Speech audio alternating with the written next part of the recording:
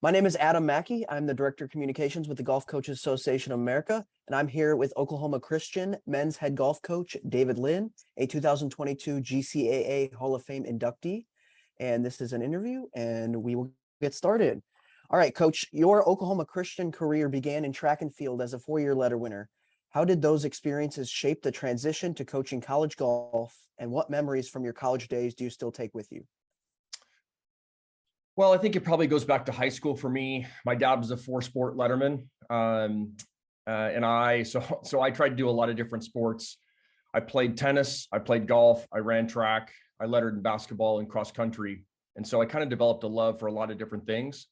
Unfortunately for me, I was probably best at track at the time, and so I got a track scholarship to Oklahoma Christian, and just really fell in love with golf when my dad joined a country club my junior year of high school. So between junior and senior year of college, I spent a lot of time at the country club, developed an absolute, what I would call addiction for golf. Like a lot of people know, when you take it up for the first time and you hit those shots. And so just developed that addiction for golf, and was fortunate enough at my time at OC to spend some time around some really good coaches and interact with those coaches as teachers, both at Oklahoma Christian, the basketball coach, Dan Hayes, the all-time winningest coach in the state of Oklahoma for four-year college basketball, and just some really great people here at Oklahoma Christian, and just really fell in love with the lifestyle that they were leading, mentoring college students.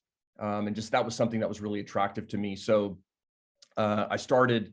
we had started a golf program shortly after I graduated from college. I graduated in December 95, and a golf program started January of 96, I guess.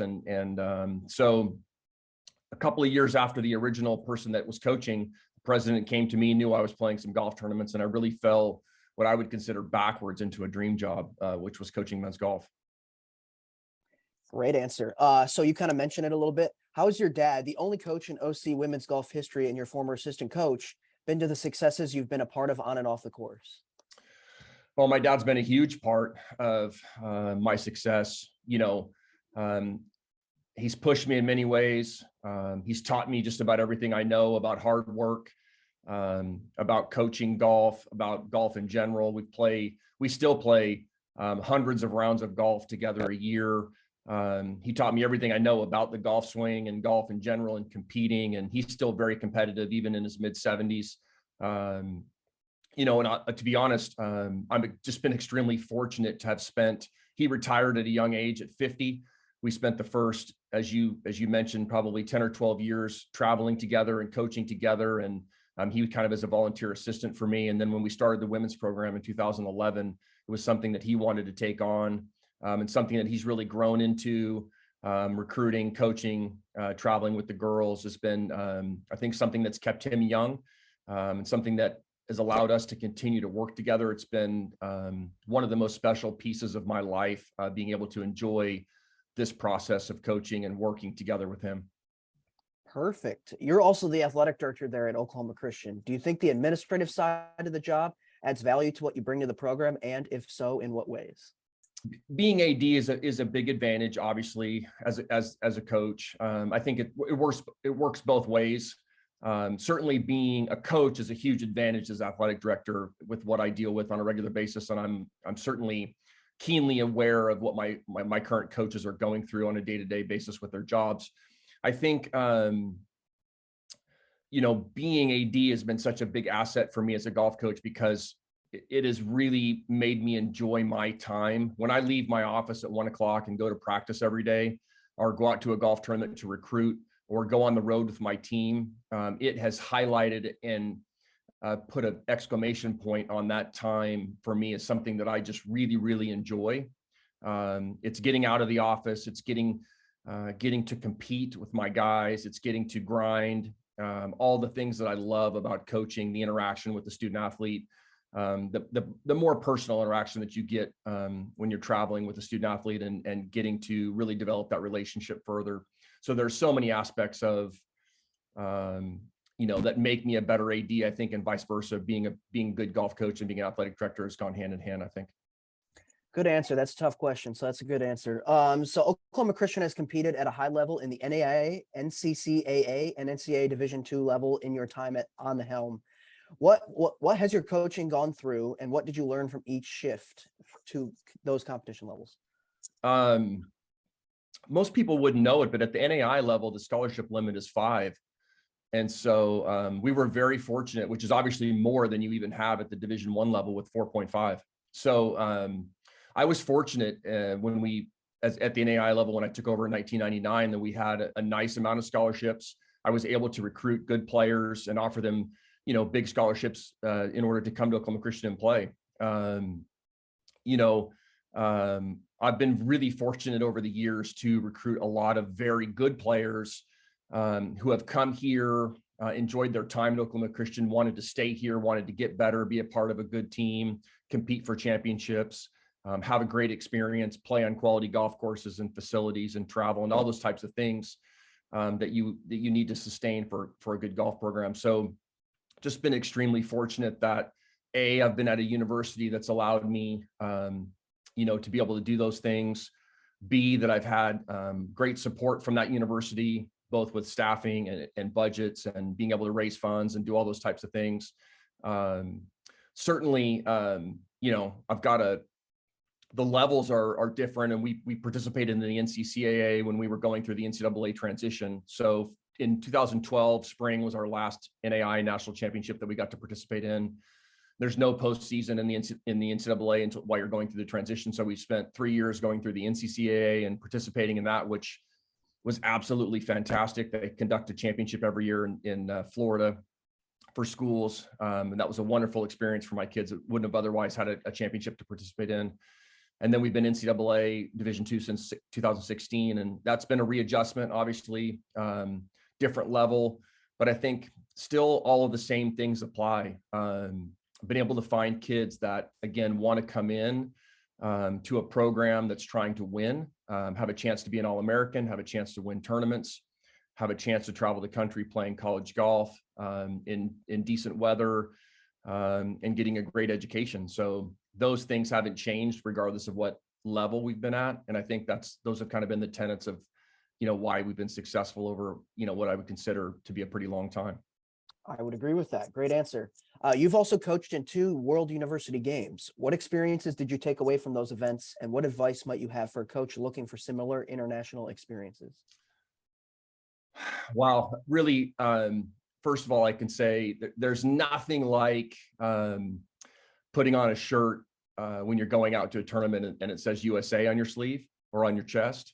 Representing America in those international competitions was definitely a highlight of my career, an honor that I'll never forget, and that one that I didn't take lightly. In 2008, we went to South Africa, and the travel to Johannesburg and to Sun City, where they play the $1 Million Challenge every year, was incredible. 10-hour flight to Frankfurt, a 10-hour flight to Johannesburg, a 2-hour bus ride. So when you got to Johannesburg, you really didn't even know what day it was. You didn't know where you were. It was a very unusual situation. So I very much felt for me, not me as a coach, but the kids that were traveling there and playing. Very difficult to overcome that kind of travel to play golf and to kind of, get your head on straight and be ready to play. But just an amazing experience. I got to meet one of my best friends in coaching, Mike Hagan, who at the time was at Indian Hills Community College, and we coached together as co-coaches. And that relationship that I developed there at the World University Games in South Africa has been by far the best thing for me to come out of that experience outside of representing our country. Mike's been a great friend of mine for, basically for the better part of 15 years. We bounce coaching things off of each other every day. He's been a multinational championship coach at a couple of different levels and has been so successful. And so the relationships I take away from that experience are, have also been very special. Perfect. Coach Hagan's a great coach and a great guy as well. So like that you answered that. Finally, what does this honor of being inducted into the Golf Coaches Association of America Hall of Fame mean to you, your family, and your program? I've been thinking about that a lot. I think I feel like it's a stamp of approval of all of the hard work that myself and my dad and my players have put in over the years. I haven't hit any golf shots in the last 23 years. And so obviously you're not accomplishing anything without a great cast of players, not only from a talent perspective, but from a personal life and just the quality of people that are in your program. And so I really feel like I'm sharing this award with not only my wife and my family who have been so supportive of me, during my career thus far, but all of the players and all of the coaches that have helped me along the way. I feel like I'm sharing this award with, so many people. And so that's what's made it the most satisfying as I've gone through it the last couple of weeks since I found out I was going to be inducted, is all of the former players that have reached out, all of my, current and past coaching friends that have reached out to congratulate me. It's just been very, very satisfying. Just as an emotion, I would say, just a very satisfying emotion to say, hey, all of the hard work that you've put in over the years has meant a lot to a lot of different people. And that's been extremely gratifying to me. Excellent. We look forward to seeing you in Vegas here in a couple weeks. Do you have any final thoughts here? This is going to go up on social media. So any final thoughts you might have, or? Well, I'm so grateful to Greg Grost and the GCAA. I had the opportunity, and this isn't a question you would have known to ask me, but in the early 2000s, I had the opportunity to get involved with the GCAA when NAIA coaches weren't members of the GCAA, and neither were junior college coaches. The GCAA had hired Greg, and he was in the infancy of his executive directorship with the GCAA, and they really, in true Greg fashion, as he was able to think on a larger scale, really brought in all of the divisions into men's golf and welcomed them. And that's how I got to be on the board originally. I wrote the bylaws for the NAIA. I created the All-American standards and all of the things that went along with that. But I got to work very closely with Greg and Dustin and Sharon Barry at the GCAA then at that time. Travel to the U.S. Juniors and be on the board with so many special Mark Simpson at Colorado and Jerry Haas at Wake Forest, and all of the long relationships. Mark Hankins, who's now at Missouri, all of the coaches that I met early on, who were, whether they knew they were giving me advice or not, I got to see how they treated people. I got to see all of the things that how they would conduct themselves, answers they gave when people asked them questions. And I would pick up a lot of things from those type of interactions. So I've just been hugely blessed by my interaction with the GCA and through the GCA, and Greg was a huge piece of that. And really, I'm just thankful to him, especially in the GCA, for all my interactions over the years, is the way that supported me, and the friendships and the relationships that I've created through that process, has really changed my ability to be an excellent coach. And I'm very thankful for that opportunity to be involved with the association. And so I'm thankful to come full circle to be able to be, being going in the GCAA Hall of Fame is for an association that I consider so highly is a great honor.